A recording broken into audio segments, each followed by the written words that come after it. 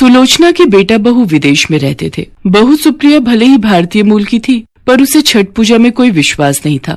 इस साल सुप्रिया और विनोद दिवाली पर अपने देश इंडिया आए हुए थे। इस कारण सुलोचना ने विनोद से कहा, विनोद बेटा, अब तुम ना जाने कब वापस लौटो। मैं और तुम्हारे बाबूजी सोच रहे थे कि तुम लोग छठ पूजा करके ही वापस जाओ। 2 दिन बाद छठ पूजा शुरू है। सुप्रिया बहू ने भी छठ पूजा का व्रत कभी नहीं रखा। मैं सोच रही थी वो भी इस बार छठ मैया का व्रत रख ले तो उसकी गोद भी हरी हो जाएगी। माँ जी, दुनिया कहाँ से कहाँ पहुँच गई है। लोग आसमान को छू रहे हैं और आज भी आप इतनी अंधविश्वासी हो। इस उम्र में 3 दिन भूखी रहोगी तो बीमार पड़ जाओगी और अपनी सेहत को भी बिगाड़ लोगी। भूख प्यास से न जाने क्यों लोग खुद को सताते हैं। बहू, छठ पर्व की बहुत मान्यता है। छठ मैया सारी मनोकामनाएं पूरी करती हैं। तुम्हें पता है, शादी के बाद मेरी संतान नहीं हो रही थी, तब मैंने ये व्रत किया था और छठ मैया ने मेरी पुकार सुन ली और विनोद मेरी कोख में आया। ये अंधविश्वास नहीं है बहू, माता का कण कण में निवास है। मेरी बात को मानो और तुम भी मेरे साथ छठ मैया के व्रत को कर लो तो छठ मैया तुम्हारी गोद भी भर देंगी। माँ जी, इस विज्ञान के जमाने में मैं इन सब चीजों को नहीं मानती। जब डॉक्टर्स ने मना कर दिया है कि मैं कभी माँ नहीं बन सकती, विदेश में भी बड़े से बड़े डॉक्टर्स से मैंने चेकअप करवाया है, पर सबका यही कहना है कि मेरे माँ बनने के चांस बिल्कुल खत्म है। आप मुझे व्रत रखने के लिए मत बोलिए प्लीज। मैं कुछ दिन के लिए तो इंडिया आई हूँ, मुझे अभी अपने दोस्तों से भी मिलने जाना है, इसलिए मैं भूखे रहकर व्रत नहीं कर सकती। सुप्रिया अपने कमरे में चली जाती है। विनोद उसके पीछे जाता है। ठीक है सुप्रिया, तुम्हें जो करना है वही करो, पर सुबह के समय थोड़ी देर के लिए माँ बाबूजी को अच्छा लगेगा अगर हम दोनों उनके साथ घाट पर जाएंगे। इतना तो तुम कर सकती हो ना। तुम व्रत मत करो, पर वैसे ही मेरे और माँ बाबूजी के साथ घाट पर चल लेना। छठ पूजा का पहला दिन था। सुलोचना घाट पर जाने की सारी तैयारियां कर रही थी। अचानक सुप्रिया तैयार होकर बाहर आई। पता नहीं ये कौन सा त्योहार है, पूरे घर में गोबर ही गोबर फैला रखा है। अब तो घर से बाहर निकलना मुश्किल हो रहा है। कैसी गोबर की दुर्गंध आ रही है। अरे बेटा, जिस गोबर को तुम दुर्गंध कह रही हो, उस गोबर में बहुत से ऐसे रसायन पाए जाते हैं जिसके लीपने से घर की बहुत सी बीमारियां कोसों दूर रहती हैं। ये कैसा व्रत है, पता नहीं अभी और क्या क्या देखना बाकी है। इससे तो बढ़िया हमारा विदेश है, वहाँ पर ये सब चीजें नहीं होती हैं। सब घाट पर जाते हैं। सुप्रिया को इन सब में कोई रुचि नहीं थी। वो तो पूजा की बजाय मेला घूमने में लग जाती है। कहाँ जा रही हो सुप्रिया? मैं यहाँ तक आ गई हूँ, पर मेरा पूजा पाठ से कोई लेना देना नहीं है। मैं मेला घूमने जा रही हूँ। बाबूजी, मैं घाट के पानी में डुबकी लगा कर आता हूँ। विदेश में तो ये सब पूजा पाठ देखने को नहीं मिलता। ये सब इतने समय बाद देखकर बहुत अच्छा लग रहा है माँ। विनोद नहाने के लिए डुबकी लगाता है और डूब जाता है। डूबता डूबता वो जोर जोर से चीखने लगता है। बचाओ बचाओ, घाट के उस तरफ कोई डूब गया भैया। सुलोचना, हमारा विनोद कहाँ है? अरे आपका बेटा घाट पर डूब गया है, वो घाट के उस तरफ चला गया था। मेरा बच्चा विनोद, कोई बचाओ उसे, कोई मेरे पास ले आओ। कितने समय बाद हम अपने बच्चे से मिले थे, वो ऐसे नहीं जा सकता। कोई बचा लो मेरे बच्चे को, कोई ले आओ।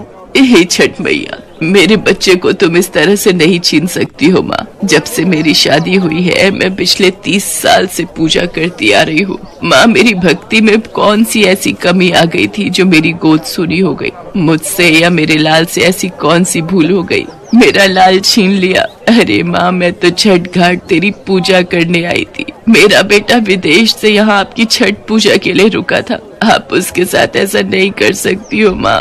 यदि जाने अनजाने में कोई गलती हो गई हो तो उसकी सजा मेरे बेटे को मत दो।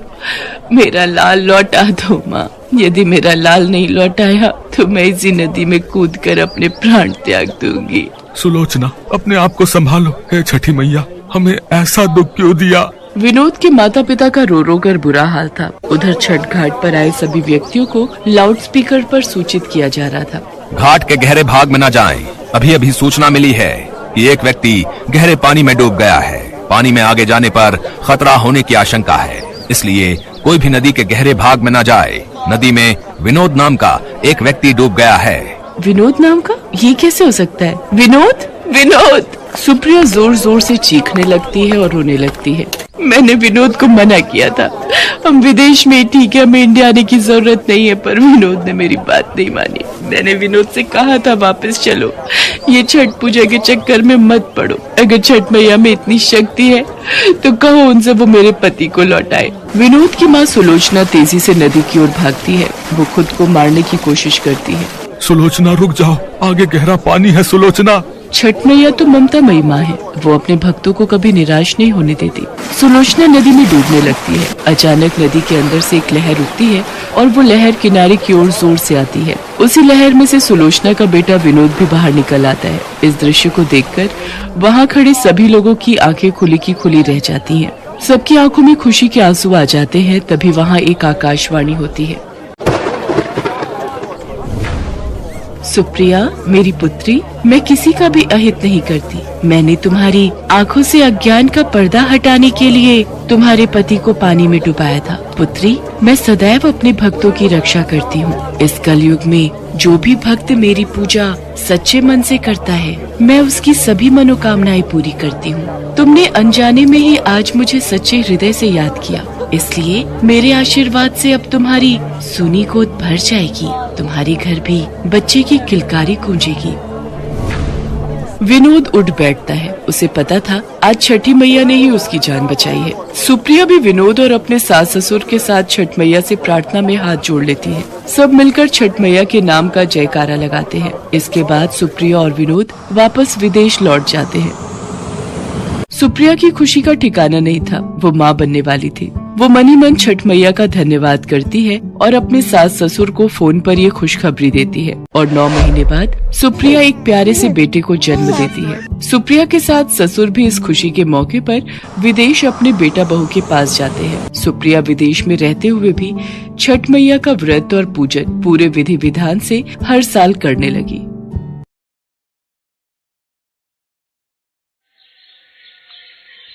संगीता की माँ प्रेमा अभी रसोई से बाहर आई थी कि उनका फोन बज उठा। ये तो संगीता की सास का फोन आ रहा है। जी नमस्ते बहन जी, कैसी हैं आप? कुछ ठीक नहीं है, अपनी बेटी को यहाँ से ले जाओ, हम इसके साथ नहीं रह सकते बस। पर बहन जी, हुआ क्या जो आप अपनी बेटी से ही पूछो। ये ले बता अपनी माँ को क्या हुआ है। मम्मी कुछ नहीं हुआ, बस वो दीपक के लिए दूध बनाया था। उन्हें दूध मलाई वाला पीना पसंद है, मैंने बिना मलाई वाला दे दिया। ये लड़की मेरे बेटे के खाने पर नजरें लगाती है। ये तो चाहती है मेरा बेटा सूख कर कांटा हो जाए और ये मोटी ताजी रहे। माँ जी ऐसी बात नहीं है, आप गलत सोच रहे हो। देखिए, अभी भी ये लड़की मेरी माँ से जुबान लड़ा रही है। मुझे इसके साथ नहीं रहना। पहले ही दोस्तों से मेरी नाक कटवा रखी है। जो देखो बस यही कहता है, तू कब बाप बनने वाला है, तू कब बाप बनने वाला है। अब तो तेरी शादी को 10 साल बीत चुके हैं। मैं क्या जवाब दूं? मेरी पत्नी बांझ है, वो मुझे बाप बनने का सुख नहीं दे सकती। एक बांझ लड़की को आपने मेरे साथ जोड़ दिया, ऊपर से घर में हम सबका जीना हराम किया हुआ है इसने। दीपक बेटा, ज्यादा खून मत जला।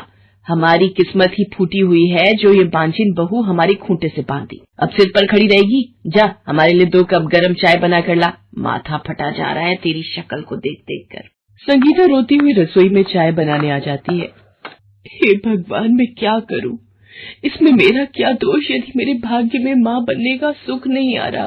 पर इस तरह से बांझ और मनहूस भी सुन सुनकर जीने से तो अच्छा है मैं मर ही जाऊं। अगले दिन संगीता के माता पिता आते हैं। राजरानी उनके सामने तेज तेज बोलना शुरू हो जाती है। अरे हमारी तो मती मारी गई थी जो इस बांझिन को हमने अपने घर में बहू बना लिया।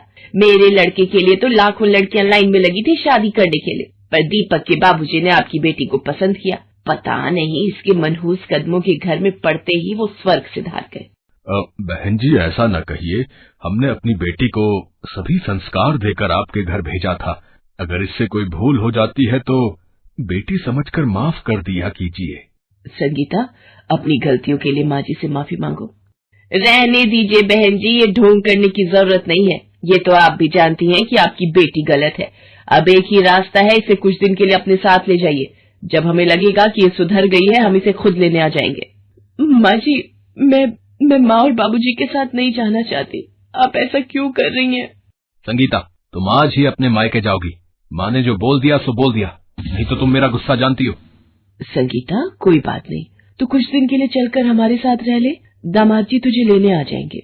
संगीता को उस वक्त कुछ भी नहीं सोच रहा था। वो अपने माँ बाबूजी के साथ मायके आ जाती है।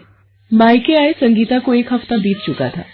माँ, आज 1 हफ्ता हो गया पर दीपक का एक भी फोन नहीं आया। मैंने माँ जी को भी मिलाया, उन्होंने भी कोई फोन नहीं उठाया। मेरा तो मन घबरा रहा है। वो मुझे लेने आएंगे भी ना? तू चिंता मत कर संगीता, हो सकता है दामाद जी को काम का बोझ हो, इसी वजह से उन्हें समय न मिल पा रहा हो। आ जाएंगे लेने, परेशान मत हो। संगीता के मन में घबराहट हो रही थी। उधर राज रानी और दीपक कुछ और ही खिचड़ी पका रहे थे। दीपक, तूने वकील साहब से बात की? कब बुलाया है उन्होंने? माँ, आज दोपहर को 2 बजे हम वकील साहब से मिलने जा रहे हैं, वहीं इन सब बातों का हल निकालेंगे। देखिए राज रानी जी, दीपक और संगीता की शादी को 10 साल बीत चुके हैं। शादी को काफी अरसा हो चुका है। दीपक और संगीता के तलाक के लिए वक्त लग जाएगा और हो सकता है संगीता इन तलाक के कागजों पर साइन ही ना करे, मुकर जाए, या फिर वो आपसे इस तलाक के लिए बहुत बड़ी रकम भी वसूल कर सकती है। वकील साहब, मैं अब और उस बांझिन बहू को अपने घर में नहीं देख सकती। कोई तो रास्ता होगा जिससे हमें छुटकारा मिल जाए और मैं अपने दीपक की दूसरी शादी कर सकूं। देखिए, हमारे देश के कानून के हिसाब से पति पत्नी तब तक दूसरी शादी नहीं कर सकते जब तक कि उनका पहला तलाक न हो जाए। हाँ, यदि पति या पत्नी में से किसी एक को कुछ हो जाता है या वो मर जाता है, तब उस दशा में कानून दूसरी शादी करने की इजाजत दे देता है। चलिए फिर वकील साहब, हम आपको बता देंगे जैसा भी तय होगा। क्या हुआ माँ, तुम अचानक घर क्यों ले आई?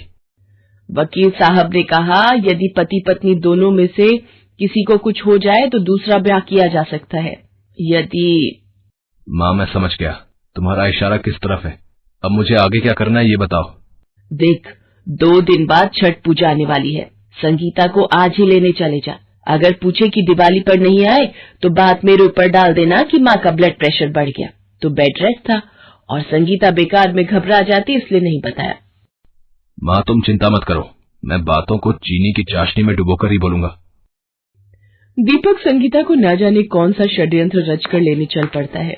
दीपक को देखकर संगीता और प्रेमा हैरान रह जाती है। अरे दामाद जी, आप... संगीता, तुम दामाद जी के पास बैठो, मैं चाय नाश्ता लाती हूँ।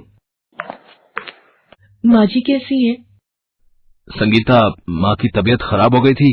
डॉक्टर ने उन्हें कोई भी सदमा देने से मना किया है। हम दोनों के बीच जो भी कुछ हुआ उस बात से माँ बहुत दुखी है। मैं चाहता हूँ कि तुम मेरे साथ वापस अपने घर चलो। तुम्हें देखकर माँ बहुत खुश होंगी। माँ ने कहा है छठ पूजा आने वाली है तो तुम छठ पूजा का व्रत अपनी ससुराल में ही रखो, ऐसी माँ की इच्छा है। संगीता आपके साथ जरूर जाएगी दामाद जी। आखिर राज रानी जी भी इसकी माँ है और इस वक्त उन्हें देखभाल की बहुत जरूरत है। संगीता, जाओ अपना सामान पैक कर लो और फिर छठ पूजा का व्रत भी तो रखना है। खुशी खुशी अपने घर जाओ बेटी। हाँ माँ, मैं माँ जी के पास जरूर जाऊंगी। उनकी तबीयत का सुनकर अब मुझसे भी रुका नहीं जा रहा। मैं अपने हाथों से उनकी सेवा करना चाहती हूँ माँ। संगीता दीपक के साथ वापस अपने ससुराल आ जाती है। दीपक और राज रानी का बदला हुआ व्यवहार देखकर संगीता बहुत खुश थी। वो पूरे विधि विधान से छठ पूजा निर्जला व्रत रख रही थी। नियम पूर्वक संध्या समय पकवान और मिठाई बनाकर घाट पर जाती और सूर्य भगवान को अर्घ्य देकर परिवार की सुख शांति की कामना कर रही थी। छठ पूजा का आखिरी दिन आ गया था। संगीता को अगली सुबह होने से पहले घाट पर जाना था।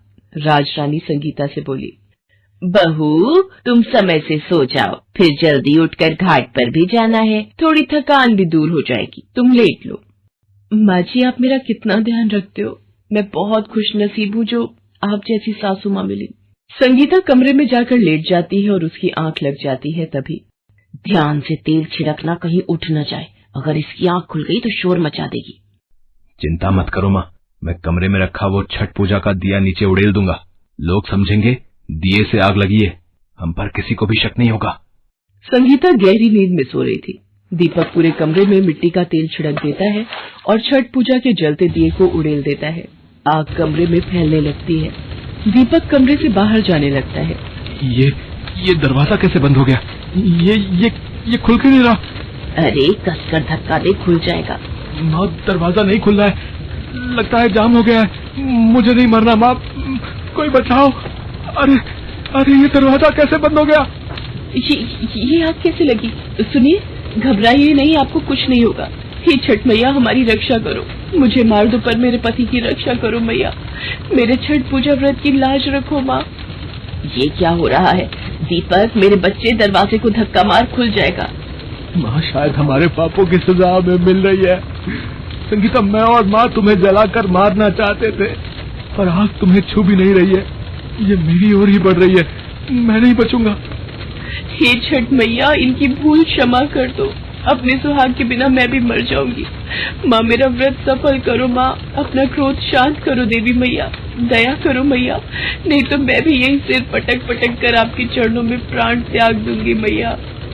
और फिर संगीता की विनती सुनकर छठ मैया साक्षात प्रकट होती है और अग्नि शांत हो जाती है। ये दुष्ट मानव तेरे प्राण लेना चाहते थे, पर आज अपनी जान बचाने के लिए तुमसे विनती कर रहे हैं। इन्होंने घोर पाप किया है, मैं चाहूँ तो पल में इनके पाप की सजा दे सकती हूँ, पर तुमने छठ के दिनों में पूरी श्रद्धा नियम से मेरा व्रत और पूजन किया है, इसलिए मैं इन दोनों की भूल क्षमा करती हूँ। बेटी, तुमने मेरी छठ पूजा पूरे विधि विधान से की है और मेरा ये व्रत करने से निसंतान दंपतियों को संतान सुख प्राप्त होता है। मैं तुम्हें संतान सुख का आशीर्वाद प्रदान करती हूँ। और फिर ममता की देवी छठ माता अंतर्ध्यान हो जाती है। हे छठी मैया, आपकी जय हो। आपका ये व्रत सर्व फल मनोकामना इच्छा पूर्ति देने वाला है। बोलो छठी मैया की जय। छठी मैया आपकी जय हो। संगीता, मुझे माफ कर दो, आज तुम्हारे कारण ही मेरे प्राण बचे और मैं तुम्हें ही मारने जा रहा था। घोर पापी हूँ मैं। संगीता, मुझे माफ कर दो बहू, मुझसे बहुत बड़ी गलती हो गई। हे छठी मैया, मुझे क्षमा कर दो। नारी सदैव ममता की मूर्ति कहलाई है, वो क्षमा की देवी है। ये बात संगीता ने साबित कर दिया था। संगीता पूरे विधि विधान से घाट पर जाकर उगते सूरज को अर्घ्य देकर अपना छठ पूजा व्रत पूर्ण करती है और फिर एक बांझिन बहू की छठ पूजा से छठ मैया खुश होती हैं और उनके वरदान से संगीता को बेटा बेटी दोनों का सुख प्राप्त होता है और वो खुशी खुशी अपने परिवार की देखभाल में लग जाती है।